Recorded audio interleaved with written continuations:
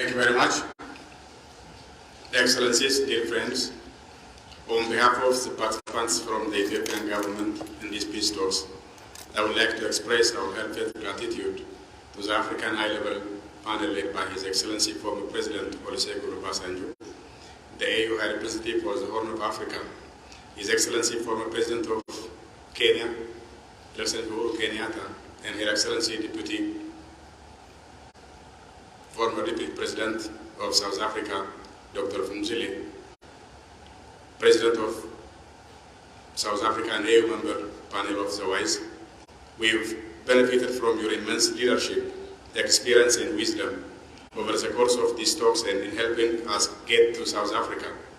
In these talks, you offered your guidance and support to the two sides.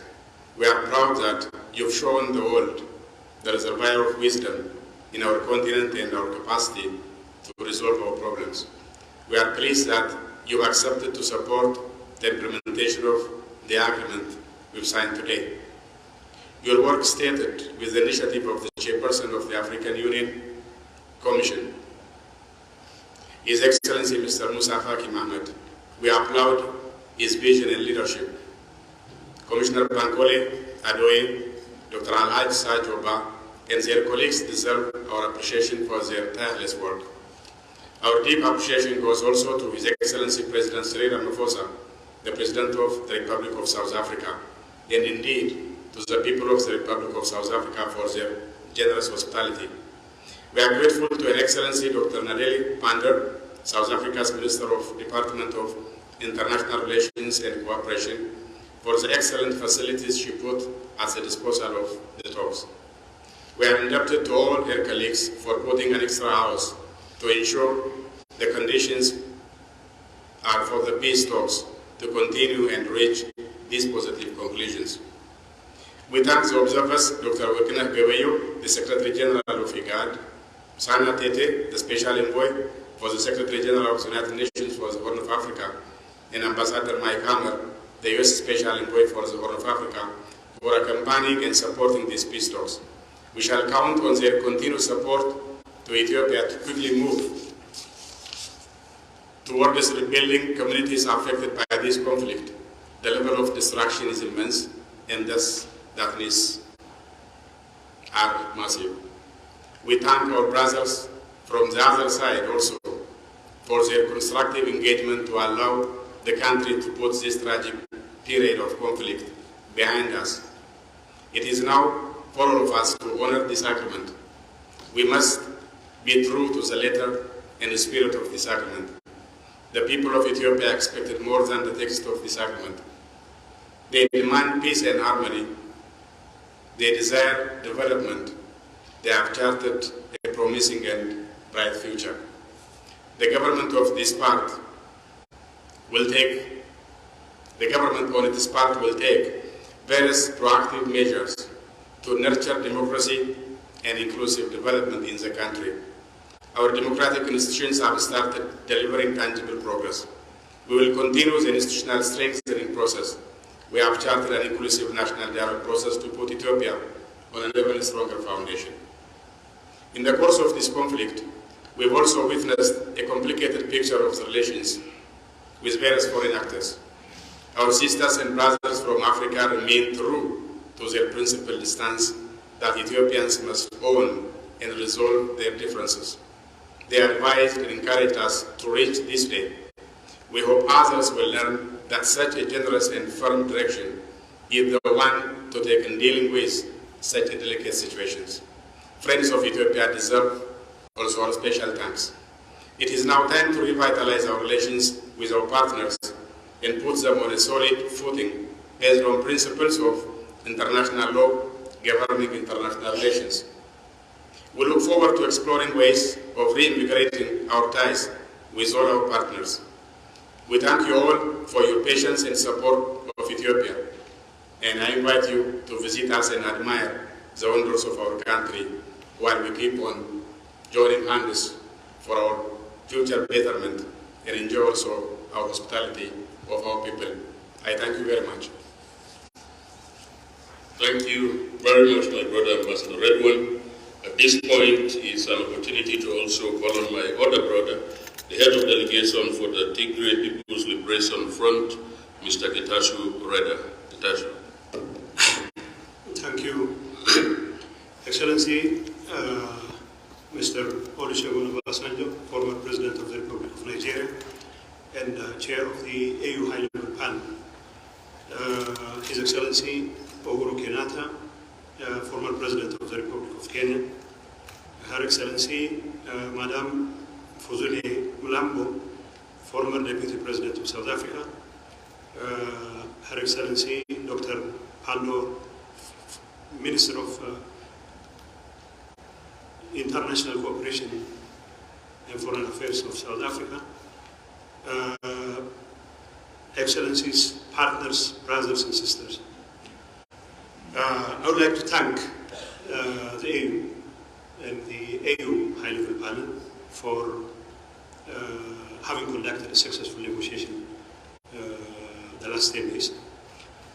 Obviously, the last 10 days were not a particularly exciting experience in the sense that there was so much haggling over what would otherwise be considered trivial issues.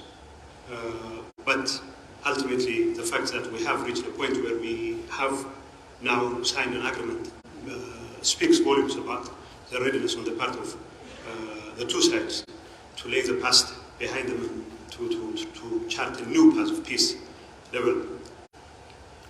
Making peace obviously has proved more difficult and more intractable and elusive than presiding over the killing and destruction, the killing of women and children and destruction of property. The war in our part of the country, the last 2 years, has claimed the lives of hundreds of thousands of people and has turned Ethiopia, once in the cusp of great economic progress, into a bad parody of itself and caused tremendous suffering to the people of the country.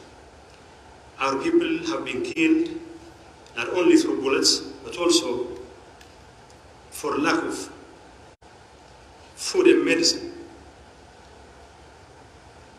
Our children do not go to schools. Our hospitals are not functioning because of the war. We have always felt this war was imposed on us, and we have always been ready to do everything in our power to stop this war. Now that we are here to sign an agreement, to at least explore the opportunity to see if we can make peace, and it is with a reach. It will come as a relief not only to the people of Tigray, but also to the entire Ethiopian population. And I hope, it's my hope and expectation that the two parties will continue to honor their commitment and redouble their efforts to make sure that the agreement they have signed is implemented and in a manner that satisfies the interest of our people. As you know, the humanitarian crisis has been particularly dire, and the fighting in the last 70 days has claimed for more lives. As we speak, as we are here ready to sign an agreement, thousands of combatants from both sides, as well as civilians, are losing their lives. So it is incumbent upon us not only to sign this agreement, but also to make sure that it's immediately implemented, and the follow-up activities that are required to make sure such an agreement is implemented to the fullest extent possible are carried through in earnest. And on our part, we are ready to do everything in our capacity to expedite the implementation of this agreement. And it's our hope and expectation that our brothers from Addis Ababa will do the same. Obviously, like I said, we cannot solve our problems when there is too much testosterone in the room. Obviously, some of you have been complaining that the delegates from both sides have little in the way of feminine presence. And people advise us that probably the presence of women would have made a difference as far as making peace is concerned. So when there is too much testosterone, and when there is too much willingness on the part of the two sides to fight till the hell freezes over, it is the children and the women who find themselves at the receiving end of the suffering, And it's unfortunate for myself and my comrades here who have once served in the same government. It took traveling all the way to South Africa. I'm not complaining that I traveled to South Africa. I have always loved being in South Africa. But it is quite tragic. It took a haggling of several months for us to come together and explore an opportunity for peace. Now that Chief Obasanjo, President Kenyatta, immense as Redwan has pointed out, and the destruction in Tigray has been even more particularly immense. Painful concessions, because addressing the pains of our people is far more important than the kinds of concessions we have made. Yes, we have made concessions because we have to build trust, and we have to make sure that every one of us builds on that trust. But like President Obasanjo clearly pointed out, to sign an agreement is one thing, but to implement it is entirely different.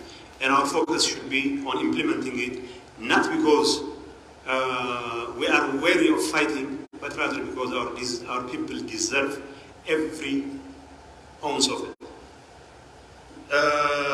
It's our hope and expectation that both sides will remain faithful to the commitments they have entered. And it's also our hope and expectation that the verification and monitoring mechanism we are going to put in place will be an ironclad one, and the international community needs to throw its weight behind such a process so that we can avoid a relapse into the kind of traditional proclivity to resolve differences by shooting at each other. So I hope our effort to silence the guns will be followed through in earnest, and our people deserve all the peace in the world, and we need to rebuild communities which have already been shattered as a result of such a bloody war that has continued for the last 2 years and still continues. I know there are spoilers from nearby, from inside our ranks, from the neighborhood, and we also know they will not stop at nothing to sabotage our peacemaking efforts, and it is only through our collective resolve that we can hold these spoilers in check, whether they are from the entire neighborhood or from within our ranks. We have to tell them that there is no substitute for peace, that our people deserve all the peace in the world.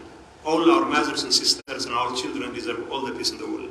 And for us, we are ready to do everything to make sure that no effort on the part of spoilers would set us back on our commitment for peace.